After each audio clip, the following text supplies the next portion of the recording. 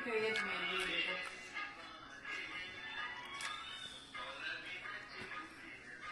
P G ಅವರು ಈ ಪೋಸ್ಟಿಗೆ ಬರಬೇಕಾದ್ರೆ, ಅಂದರೆ ಅವರು ಇನ್ಸ್ಪೆಕ್ಟರ್ ಆಗಬೇಕಾದ್ರೆ ಅವರು ಹೋಮ್ ಮಿನಿಸ್ಟ್ರಿಗೆ 50 lakhs ಕೊಟ್ಟು ಅವರು ಈ ಪೋಸ್ಟಿಗೆ ಬಂದಿದ್ದಾರಂತೆ. ಸೊ ನನಗೆ ಅವರು ಆಪ್ಷನ್ ಕೊಟ್ಟಿದ್ದಾರೆ, ನೀನು ನನಗೆ 25 lakhs ಕೊಡು, ಇಲ್ಲ ನೀನು ನನ್ನ ಜೊತೆ ಮಲಗು. ಈ 2 ಆಪ್ಷನಲ್ಲಿ ಯಾವುದಾದ್ರೂ ಒಂದಕ್ಕೆ ಒಪ್ಪು. ಹಾಗಾಗಿ ಆವಾಗ ನಿನ್ನ ಗಂಡನ ನಾನು ಬಿಡ್ತೀನಿ, ಇಲ್ಲಾಂದರೆ ಅವ್ರ ಮೇಲೆ ರೌಡಿ ಶೀಟರ್ ಹಾಕ್ತೀನಿ ಅಂತೇಳಿ ಬೆದರಿಸಿದ್ದಾರೆ, ತುಂಬಾ ಬೆದರಿಸಿದ್ದಾರೆ. ನಾನು ಅವಿತಾ ಅಂಥೇಳಿ,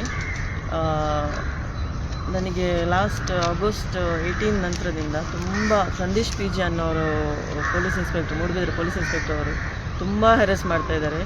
ನನ್ನ ಗಂಡನನ್ನು ಫ್ಯಾಮಿಲಿ ಡಿಸ್ಪ್ಯೂಟ್ ಇಶ್ಯೂಸ್ ಮೇಲೆ ರಿಪೋರ್ಟ್ ಹಾಕೋದಕ್ಕೋಸ್ಕರ ಅವರ ಡ್ರೈವರ್ ಆದ ಅಕ್ಬರನ್ನು ಕಳಿಸಿ, ನೀನು ಬಂದು ನನ್ನ ಜೊತೆ IBಯಲ್ಲಿ ಮಲ್ಕೋಬೇಕು, ಹಾಗಾದರೆ ಮಾತ್ರ ನಿನ್ನ ಗಂಡನ ರಿಪೋರ್ಟ್ ಹಾಕ್ತೀನಿ ಅಂತ ಹೇಳಿ ಆ ಥರ ಹೆರೆಸ್ ಕೊಟ್ಟು, ನಾನು ಅದಕ್ಕೆ ಒಪ್ಪದೇ ಇದ್ದಾಗ ಅವನು ಮತ್ತೆ ನನ್ನ ಯಜಮಾನ್ರ ಮೇಲೆ ಒಂದು ಫೇಕ್ ಕಂಪ್ಲೇಂಟ್ ಕೊಡಿಸಿ, ಫ್ಯಾಮಿಲಿಯವರಿಂದಲೇ ಒಂದು ಫೇಕ್ ಕಂಪ್ಲೇಂಟ್ ಕೊಡಿಸಿ ಅರೆಸ್ಟ್ ಮಾಡಿಸಿದ್ದಾರೆ. ಅದಾದ ನಂತರ ಈ ಸ್ಟ್ರೆಸ್ಸಿಂದಾಗಿ ಹಸ್ಬೆಂಡಿಗೆ ಹಾರ್ಟ್ ಅಟ್ಯಾಕ್ ಬೇರೆ ಆಯಿತು.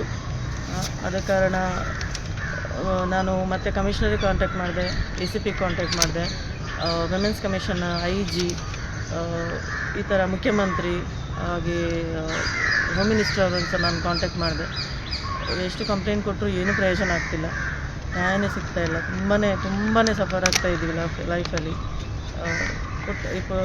ಸಣ್ಣ 2 ಮಕ್ಕಳು ಬೇರೆ ಇದ್ದಾರೆ ನಮಗೆ. ಹಾಗಾಗಿ ಏನು ಮಾಡಿದರೂ ನಮಗೆ, ಎಲ್ಲೂ ಹೋದರೂ ನಮಗೆ ನ್ಯಾಯನೇ ಸಿಗ್ತಾಯಿಲ್ಲ.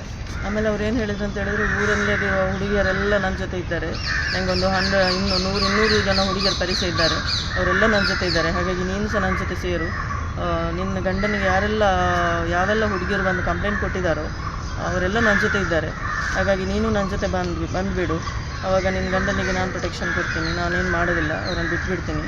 ಆ ಥರ ಎಲ್ಲ ಅರೆಸ್ಟ್ ಮಾಡ್ತಾರೆ. ಆಮೇಲೆ ಇನ್ನೊಂದು ವಿಚಾರ ಅಂತ ಹೇಳಿದ್ರೆ, ಯಾರೋ 3-4 ಜನ ರೌಡಿ ಡ್ರಗ್ ಪೆಡ್ಲರ್ ಇದ್ದಾರೆ, ಅವ್ರ ಹತ್ರ ಹೇಳಿಸಿ ನಿನ್ನ ಮರ್ಯಾದೆ ಎಲ್ಲ ತೆಗಿತೀನಿ, ಊರಲ್ಲೆಲ್ಲ ಹೆಸರು ಹಾಳು ಮಾಡ್ತೀನಿ ಅಂತೇಳಿ ತುಂಬ ಹೆರೆಸ್ ಮಾಡ್ತಿದ್ದಾರೆ ನಮ್ಮನ್ನು.